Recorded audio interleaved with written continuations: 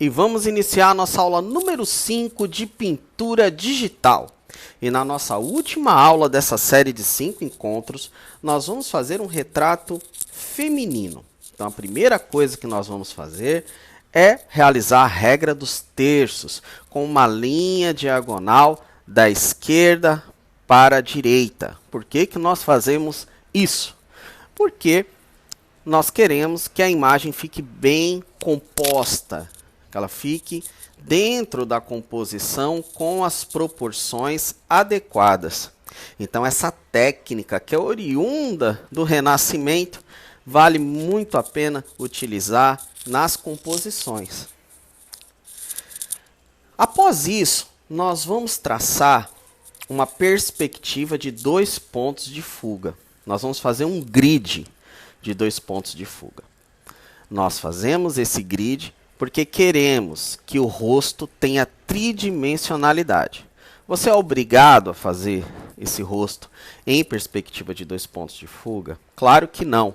Mas a gente sugere que você faça dessa forma, porque é uma maneira de você treinar o desenho, de você deixar o seu desenho mais sofisticado e você aprimorar a linguagem do desenho. Afinal de contas, o desenho ele possui a linguagem 2D, que é aquela linguagem bidimensional, mas ela possui também a linguagem 3D, ou seja, a linguagem tridimensional. E para você realizar a linguagem tridimensional, é muito importante que você pratique a perspectiva. Após esse grid, nós vamos montar o crânio. Tá? Então a gente monta o crânio já pensando nessas duas arestas, né? Que nós vamos ter, essas duas faces que temos. Imagina como se fosse um cubo de 2 pontos de fuga. Então você vai ter uma parte lateral e a parte frontal. Você vai ter faces diferentes ali para montar dentro desse grid. Então observem como que nós montamos os ombros, a linha do queixo, né? Nós vamos poder montar os olhos, nariz, boca, tudo pegando essa base da perspectiva. Assim também como a orelha, né? Então isso é apenas uma sugestão, mas você pode montar o rosto da maneira que você achar melhor. Existem centenas de técnicas para você desenhar um rosto. Essa é apenas uma sugestão, uma vez que o objetivo desse vídeo é fazer uma introdução à pintura, mas também realizar uma introdução ao desenho, né? Fazer com que você tenha uma fluência nessa linguagem, tanto na parte de construção da forma, como na pintura, na escolha, né, de valores tonais e tudo mais. A técnica de hoje ela é baseada na técnica de pastel seco. Pastel seco ele é um bastão de pigmento prensado que você utiliza em superfícies ásperas. Então, com uma pincelada, né, um uso do bastão, você consegue extrair bastante pigmento. Então é uma imagem que vai ter bastante textura. Assim, nós vamos utilizar essa técnica, né, em cima da layer. Nós não vamos separar layers. Por quê? Porque eu quero trazer para vocês a experiência mais próxima da pintura manual. Obviamente, você pode fazer com camadas e pode inclusive usar outro tipo de raciocínio de pintura, mas quero explicar, né, como que vai ser o meu processo de criação para esta pintura. Como eu sou desenhista de ofício, eu procuro marcar muito bem os traços de desenho. Esse desenho específico ele é baseado numa referência fotográfica, mas eu não me preocupei em deixar esse desenho realista. Tá? Apenas fiz as marcações, uma vez que o meu traço ele é mais estilizado. Você, se caso você quiser fazer um desenho mais realista, você pode de repente colocar a imagem por baixo da layer, né? E aí você risca o retrato para ficar mais realista, ou você pode usar, né, a técnica de observação, prestar mais atenção na forma, na figura, e aí você vai ter o trabalho mais realista. A questão de ser realista, ou de ser figurativo, ou de ser estilizado, é uma escolha pessoal. Tá? No meu caso específico, como o meu traço ele é mais estilizado, ele é oriundo das histórias em quadrinhos, né? Eu prefiro apenas me preocupar com a parte mais técnica, ou seja, com a parte da perspectiva, e aí o rosto aí eu já uso os meus traços. Tá? Bom, pessoal, o desenho está feito, né? Então agora eu vou me preocupar em utilizar cores, tá bom? Dei uma limpada, né? Dei uma traçada no trabalho, né? Então, relembrando, né? Uma camada na regra dos terços, uma camada fazendo a perspectiva de 2 pontos de fuga, uma camada fazendo a construção do desenho e depois uma camada fazendo o traçado e aí jogando a tinta. A primeira coisa que eu faço quando eu vou trabalhar nesse tipo de técnica é trabalhar os valores tonais. Então eu começo pelo valor mais escuro e depois eu vou clareando. Então eu vou observar a minha figura e vou ver onde tem as marcas mais fortes de sombra. Nesse caso, eu já vou marcando essas sombras com a mesma cor que eu utilizei para fazer o desenho.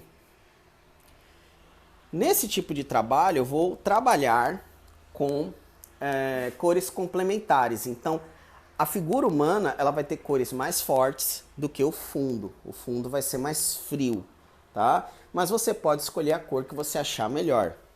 Agora, eu vou utilizar pequenos matizes de cores que têm relação com a figura. Então agora eu vou utilizar o que nós chamamos de warm colors, né? Então aquelas cores mais mornas, né? Para poder trabalhar o meio tom, né? E depois eu vou atrás, né? Dos spots de luz. Geralmente nós podemos dividir a teoria de cores, né? Para facilitar, em 4. Então sombras, cores amenas, né? Aquelas cores mais mornas, as cores que vão dar um realce e os detalhes, né? Os spots de luz. Então aqui nós vamos escolhendo essas cores a uma maneira de facilitar, uma vez que existe milhões, né, de tonalidades quando a gente vai fazer um desenho realista. Mas a gente precisa simplificar esse desenho, a gente precisa deixar esse desenho o mais simples possível. E o mesmo ocorre quando nós fazemos as cores. As cores também precisam ser mais simplificadas. Veja que o cabelo ele vai ser uma espécie de moldura. Então aqui eu vou utilizar uma cor mais fria, né, do que eu utilizo no cabelo, no corpo, né, por exemplo. Então o cabelo ele vai ser mais frio do que o corpo, porque eu quero fazer uma moldura, eu quero que ele salte. Esse raciocínio ele é muito importante quando nós trabalhamos a questão de cores. Como que nós fazemos as cores saltar? Então essas tonalidades de marrom, né, de amarelos, eles vão saltar se eu tiver cores frias por trás, né? Por isso que eu vou fazer o cabelo com uma cor mais fria. Se eu fizesse o cabelo, de repente, um amarelo muito forte, talvez a pele não teria tanto destaque, tá bom? Então, esses raciocínios de frio, de quente, o tempo todo, ele precisa ser considerado quando você vai fazer um exercício de pintura. Isso é muito importante, porque aí você vai conseguir trabalhar muito bem os contrastes. Uma coisa também que você deve considerar é fazer um planejamento de paleta de cores. Como aqui eu tenho uma referência fotográfica, eu estou pintando baseado na referência. Se a referência tivesse no computador, eu iria ficar usando conta-gotas. Então aqui no caso, como a minha referência está no celular, eu estou usando o olho, né, digamos assim, né? Estou me baseando nas cores que estão ali no celular e aí vou utilizando.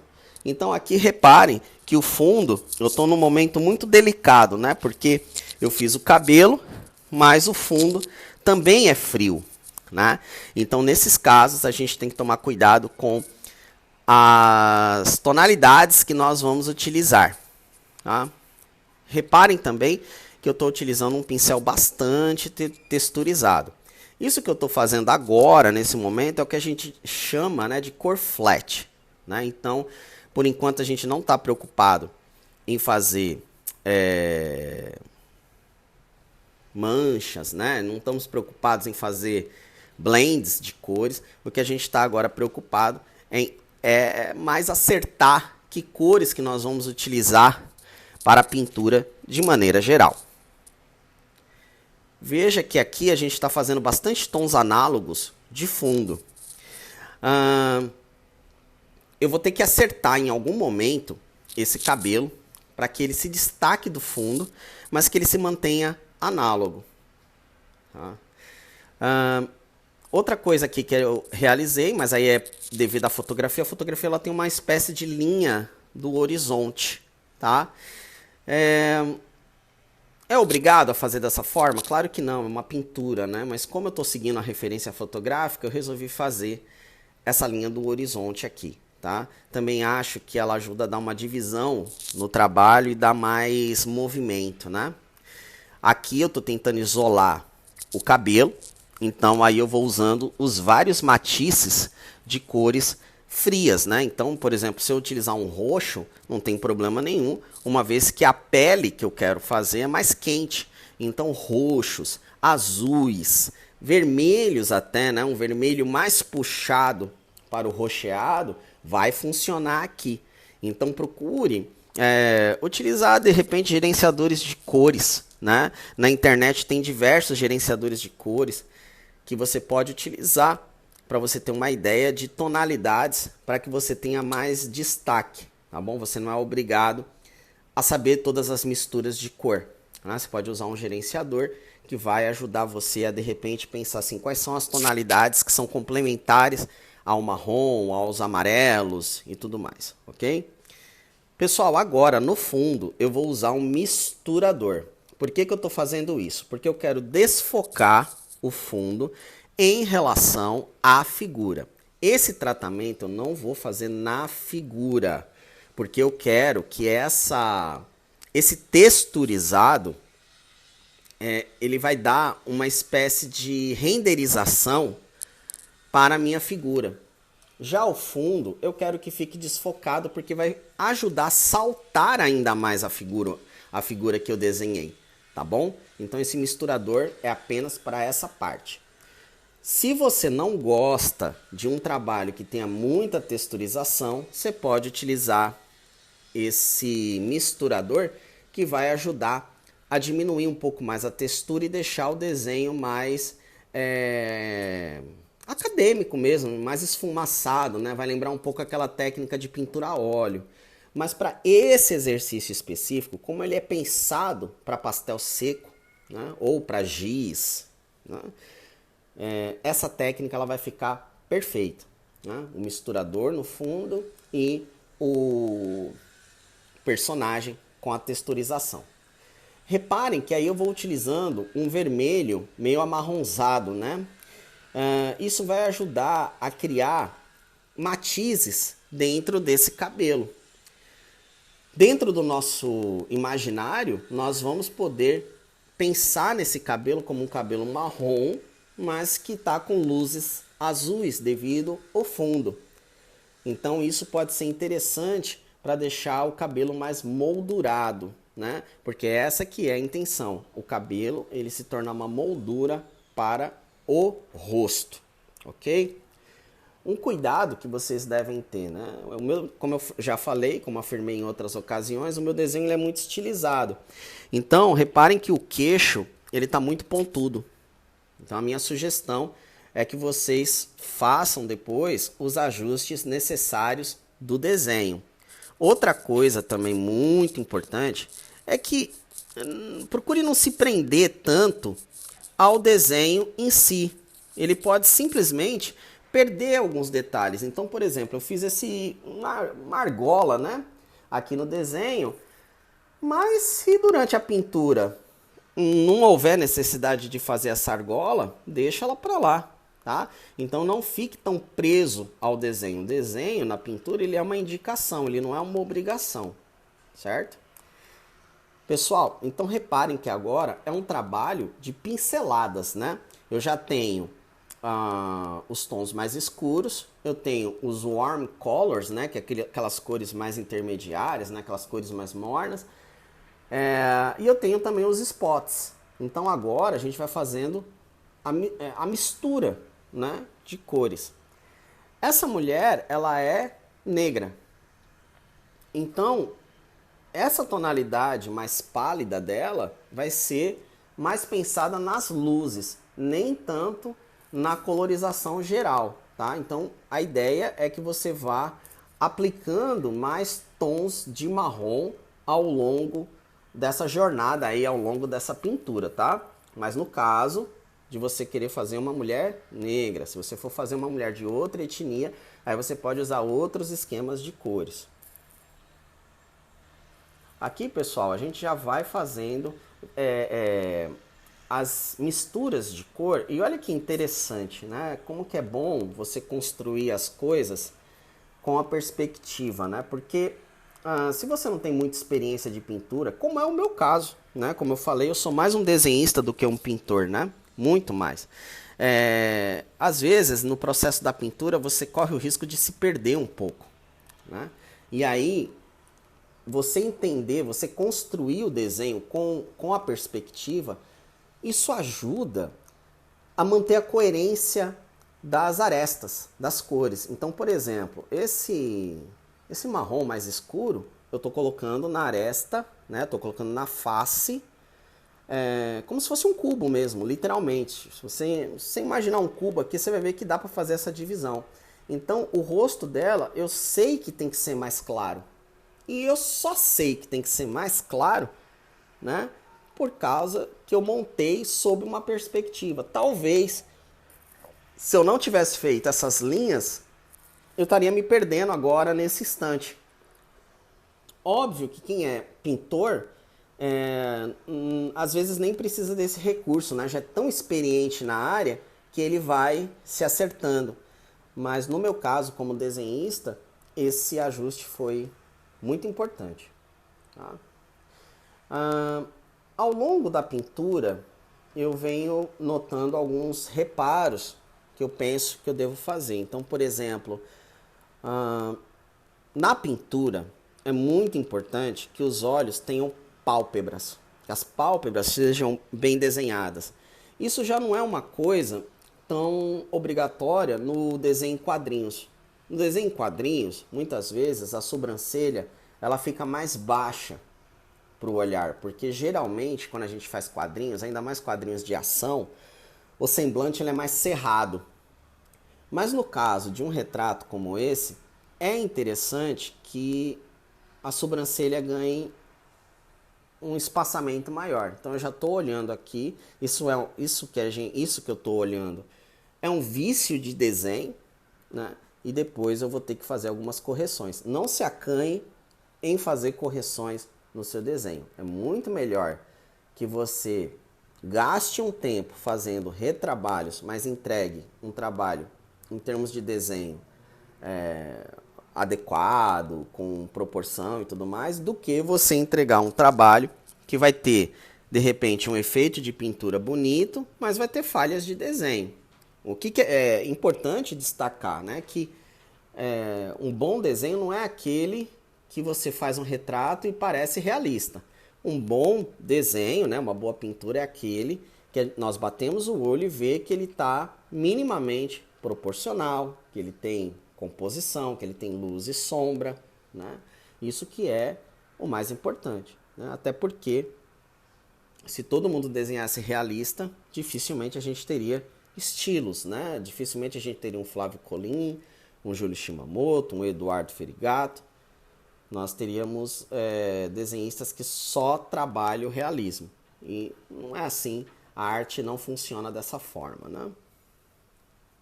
Olha só, pessoal, como a ilustração ela já vai criando, né, uma personalidade, né? Então ela já está bem saltada, mesmo o cabelo com tons frios, aquela massa de azul claro deu uma protegida no cabelo, né? Ao mesmo tempo que o marrom do outro lado também o fez, né? Os ombros estão bem separados do fundo, né? Então isso já deu uma ajuda bem interessante, né? Então o fundo aqui a gente vai passando algumas camadas de tinta a mais, muito mais para poder aumentar essa separação, né? Então a gente resolveu fazer aqui um azul ainda mais claro. Reparem que esse azul mais claro ajudou a separar ainda mais o fundo do personagem, né? O fundo do tema, né? Agora a gente escurece um pouco mais o cabelo, uma vez que a gente fez um fundo mais claro, né? Então aquele azul clarinho, ele se perde um pouco, né? Então vamos escurecer um pouco mais. Tentar dar unidade ao cabelo, né? Então invadir, né, o marrom para que o cabelo tenha uma característica própria, né? Uma unidade, né, entre costeleta, a parte de trás do cabelo, né? E vamos, né, com o fundo recortando o cabelo para que ele fique mais renderizado, né? Então veja que agora o cabelo ficou bem separado do fundo, mesmo sendo tonalidades análogas, né?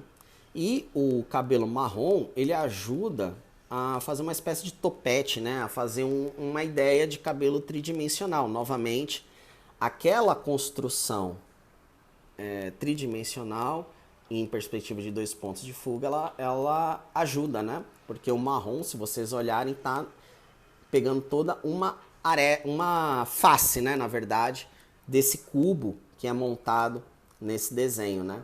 Eu tô falando cubos, né? Porque se você montasse, né, a perspectiva de 2 pontos de fuga, você vai ver que dá para montar um cubo aqui. Tem uma divisão, né? Se você pegar essa sobrancelha, da linha da sobrancelha para a linha da orelha e montar um cubo, você vai ver que tem duas faces, né, diferentes. Então, por isso que eu tô falando sempre dessa questão do cubo, ok? Pessoal, como eu já falei, eu sou desenhista, então os olhos eu vou fazer bem desenhado mesmo, né? Então no caso do desenho, nós fazemos a sobrancelha bastante grossa, a sobrancelha da parte, a parte que começa, né, ali próximo do nariz, fazemos mais grossa e vamos afinando. E os cílios, a parte superior dos cílios, nós fazemos bem mais grossa também do que a parte inferior. E também trabalhamos com a ideia da Gestalt, né? Ou seja, a gente não completa os cílios, né? A gente deixa um espaço em branco exatamente para o leitor completar com o seu olhar, né? Quando ele bate o olho, ele completar. Isso é um recurso do desenho, né? Não sei dizer se na pintura os pintores utilizam esse tipo de recurso, mas explico aqui porque de ofício eu sou desenhista, eu não sou pintor, tá? Então aqui, ó, já vou trabalhando. E aí, ó, reparem como que a sobrancelha está muito próxima dos olhos e como prejudica para construir uma pálpebra, né? Dificulta demais. Então depois eu preciso ajustar essas duas sobrancelhas. Tanto a primeira quanto a segunda, elas estão muito próximas dos olhos. Então eu vou aumentar um pouco mais essa sobrancelha.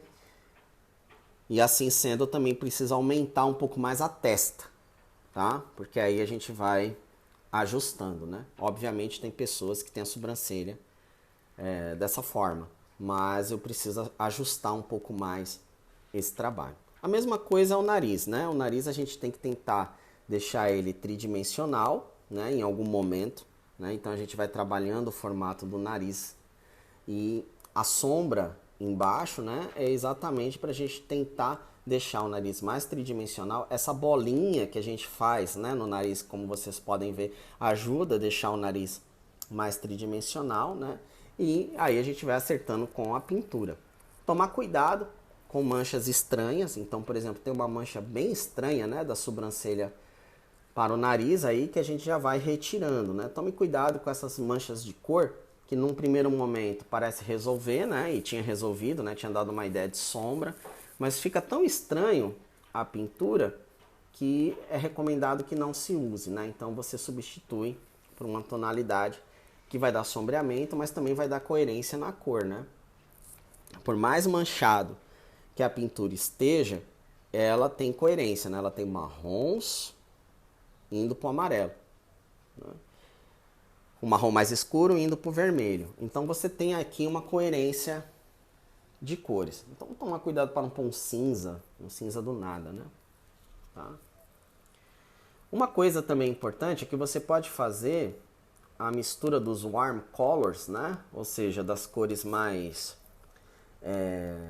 meio tons, né? Com a opacidade do pincel reduzida. Então você vai dando pequenas pinceladas que ele vai se moldando, ele vai se mantendo. Não se acanhe em fazer manchas, afinal de contas essa técnica pede isso, né? Se você quiser fazer um trabalho mais realista, aí você já sabe, você usa um misturador que vai ajudar, tá? Aqui eu gosto de um trabalho muito mais sextavado, né, mais poligonal. Então o pastel seco aqui, né, a ideia, a simulação de pastel seco, ele se aplica bem nesse trabalho, ok? Um cuidado que vocês vão ter que ter também, né, é com a questão do contraste. Então, por exemplo, se vocês olharem aqui os lábios, a gente vai fazendo pequenos toques, né, de marrom escuro para que o lábio salte um pouco mais. O lábio também, ele não tem uma cor chapada, né? Então, o lábio superior, geralmente, ele tem uma cor ou mais escura ou mais clara, mas ela não pode ser uma cor igual ao lábio inferior, tá?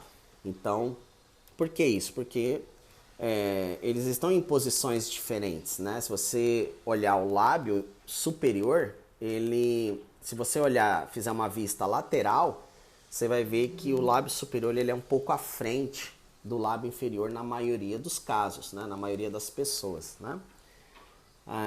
E isso influencia também na hora que nós vamos enxergar, ver e observar as cores. Obviamente os lábios possuem, né, a mesma pigmentação, mas como o lábio superior está à frente, ele vai ter um jogo de sombra diferente.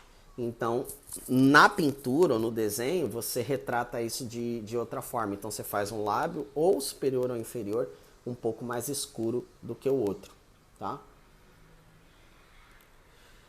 Aqui, pessoal, vocês vão gastar muito tempo com detalhes. E aí é muito pessoal, né? O que vocês vão realizar. Porque vai depender do nível de cuidado que você vai querer ter com o trabalho. Então, para quem está começando, eu sugiro que vocês aceitem pequenas vitórias. Tá? Então, por exemplo, fez um bom esboço, curta, veja, ficou legal o desenho, ótimo. Descansa, vem no dia seguinte, faz a pintura de flat colors, gostou, ficou feliz, tá ótimo. Aí vem no outro dia, trabalha um pouco mais as proporções, trabalha o cabelo, ou seja, vá fazendo pequenas sessões, tá? Nesse caso aqui específico, eu fiz tudo numa sessão só, porque eu tenho a dinâmica de gravar vídeos, né? Eu preciso gravar o vídeo, eu preciso dar uma ideia da aula, uma introdução e tudo mais. Mas esse tipo de trabalho valeria a pena fazer diversas sessões, e não apenas uma sessão média, né? O vídeo aqui ele é relativamente grande para um tutorial, né? E ele está um pouco acelerado, então obviamente eu demorei mais para fazer esse trabalho, mas ainda assim foi só uma sessão, e numa sessão ele já ficou pronto. O ideal é que vá fazendo várias sessões até ficar um resultado que realmente a pessoa fique satisfeita, né?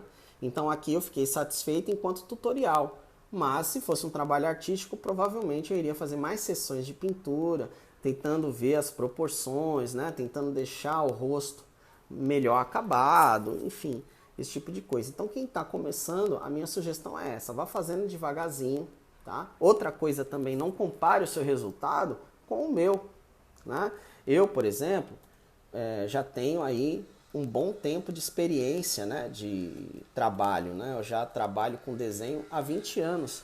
E se vocês olhassem a referência fotográfica e o artista que eu uso como base para poder fazer esse trabalho, o meu trabalho ele não tem nada a ver, é totalmente diferente da referência fotográfica e do que o artista fez, né? E isso não pode ser um resultado frustrante. Pelo contrário, isso aqui é o melhor que eu consigo fazer nesse momento, tá? Então, a mesma coisa acontece com o desenhista iniciante. O melhor que ele pode fazer nesse momento, tá? Então procura não se estressar, procura fazer o trabalho com calma, né? E as pequenas sessões. As pequenas sessões é o que vai ajudar você a se tornar um bom artista. Procure observar, trabalhar, procure experimentar, né, técnicas diferentes que vai fazer com que você seja o sucesso do seu trabalho, tá? Por ser um vídeo tutorial, eu não salvei o trabalho. Eu sempre, quando eu faço um vídeo tutorial, eu salvo somente no final. Mas a minha sugestão é que você que está começando, todo o processo de camadas, né, todo o processo de layers que você fizer, ou todo o processo que você terminar, você salve o trabalho, tá bom? Porque geralmente esses arquivos eles são grandes. Eu estou realizando esse trabalho no Krita. E o Krita ele é um software mais leve do que muitos softwares bitmaps de pintura. Contudo, ele pode simplesmente cair, né? Ele pode fechar de repente. E aí você perde todo um avanço de trabalho. O Krita, ele salva automático até um determinado ponto, né? E existem outros fatores externos, né? Pode cair bateria, pode ter queda de luz, enfim, você pode esbarrar, tem tantas coisas que você pode fazer. Então, eu recomendo que você sempre salve o trabalho etapa por etapa. Outra coisa também, você que está começando, procure não fazer tudo de uma vez, tá? Esse vídeo tutorial ele foi feito dessa forma porque eu já tenho uma bagagem de desenho. Outro dia eu vi um workshop de um professor de artes que ele falou uma coisa que é verdade. Você não vai pegar uma pessoa sedentária que vai começar na corrida e colocar ele para correr uma maratona, né? Você começa devagarzinho, né? Fazendo caminhada, depois a pessoa vai correndo, corre 10 minutos, descansa. Ele vai fazendo o quê? Um trabalho proporcional. Aí tem uma primeira corrida de 3 km, 5, de repente ele tenta uma de 10, vai avançando, 15, 21, né? 42. Mas isso não se consegue em 3 meses, não se consegue rapidamente. Isso é um processo. Então, um trabalho como esse daqui, se esse vídeo ele vai ter em torno de uns 40 minutos, eu creio que eu devo ter demorado em torno de 1h30 a 2 horas para fazer esse trabalho. Eu devo ter demorado em torno disso, tá? Faça pequenas sessões. Sessões de 20 minutos. Você vai ver que durante a semana, em uma semana, você vai ter um retrato desse daí feito. Sem cansar, né? Se você sentir que está bem, aí aumenta um pouquinho mais. O que não pode acontecer é você querer fazer tudo de uma vez. Porque você não tem a experiência necessária. Você vai fazendo aos poucos, vai trabalhando, vai vendo como que é a dinâmica, porque aí você vai adquirindo experiência, né? E aí você vai ver que o desenho ele é muito mais simples do que parece, né? Muitas vezes a gente cria alguns fantasmas em relação a desenho e pintura, e não há essa necessidade, tá? Pessoal, a gente está chegando ao final dessa série de 5 encontros. Como vocês puderam perceber, se vocês acompanharam essa sequência, a gente fez um nível de dificuldade progressivo. Começamos, né, com uma composição simples, depois nós fomos complicando um pouquinho mais, jogando um cenário de perspectiva, fizemos retratos, né? Fizemos uma composição geométrica e fechamos com esse retrato feminino. Lembrando que todas essas sequências de 5 encontros, essa metodologia que nós temos nesse canal, ele é sempre 5 encontros porque é uma introdução acerca do assunto. Nós temos como foco o aluno iniciante, intermediário. Por isso que é sempre uma introdução. Temos diversos assuntos ao longo do canal, tá? Assuntos de design gráfico, ilustração, quadrinhos, desenho. Aqui você tem uma ampla gama de assuntos. Procure explorar os vídeos e procure treinar um pouco os temas que são sugeridos. Essas aulas, elas são usadas tanto na graduação de artes visuais como na graduação de comunicação em mídias digitais da Universidade Federal da Paraíba. Então, se você gostou do conteúdo, eu peço que você compartilhe. E se você gostou do canal, peço que você se inscreva, porque a gente sempre tem temas diferentes. A gente procura sempre sair da mesmice e ensinar técnicas diversas, assuntos diversos. E não se restringe apenas à arte digital. Nós também trabalhamos com artes manuais. Basta ver a última série de vídeos que nós fizemos com o tema lápis de cor. Em breve vamos ter outras técnicas também, como por exemplo marcadores, guache, dentre outros, né? A arte, ela possui diversas técnicas, possui diversas possibilidades.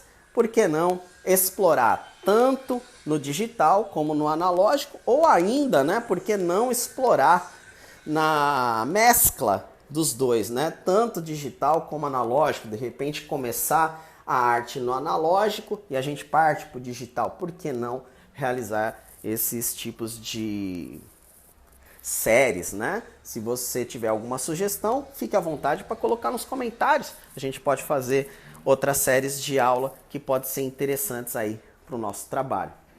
Bom, pessoal, como vocês puderam ver, nós fizemos o ajuste, né, nas sobrancelhas. E agora a gente também vai ter que ajustar a testa, né? A testa ficou muito pequena para as sobrancelhas, né? Tanto a sobrancelha direita quanto a sobrancelha esquerda. A sobrancelha direita a gente ainda vai ajustar. Repare que ela tá agora como se fosse uma pessoa desconfiada, né? Só a mudança da sobrancelha faz toda a diferença, né? Então a gente vai aumentar um pouquinho mais, né? Ajustar. E aí a gente... Assim, gente, é fundamental fazer essas coisas, tá? Fazer esses ajustes. Não se acanhe. Faça. Faça, porque vai fazer toda a diferença no seu trabalho. Não faça, né? Então aqui o desenho estava praticamente pronto, mas não me acanhei em fazer. Aqui no caso, você vai usando conta-gotas, né? E você vai preenchendo o trabalho, vai alterando, né? Deixando ele de acordo com aquilo que você precisa fazer, tá? Então aqui, ó, a gente já muda um pouco mais a sobrancelha. Outra coisa também, né? A gente vai melhorar um pouco mais o olho direito. O olho direito em relação ao esquerdo tá mal definido, né? Então a gente vai definir um pouquinho mais. E aí fica aquela sugestão. Lembrando, para esse tutorial, eu cheguei nesse ponto. Mas de repente eu posso pegar esse mesmo trabalho e melhorar ele. Pegar uma outra semana e fazer uma nova sessão de 2 horas. E outra, até chegar num resultado que me surpreenda. Porque a pintura, ela tem essa característica. Ela é um gesto inacabado. Ela é um processo constante de aprendizado. Inclusive, se eu pego essa pintura e faço daqui a 1 ano, muito provavelmente eu vou fazer com uma técnica completamente diferente, tá? Inclusive, né, uma sugestão é você fazer a técnica manual e depois você faz a digital, ou vice-versa, né? Porque esses raciocínios, eles se complementam. Então reparem, pessoal, que aí eu vou acertando. Isso é mais comum, né, do que se imagina. E poderia ter acertado isso no desenho, mas eu volto a dizer, a pintura, ela possui algumas nuances que às vezes a gente não enxerga no desenho, ainda mais quando se trata de um desenho estilizado, como é o meu caso, tá?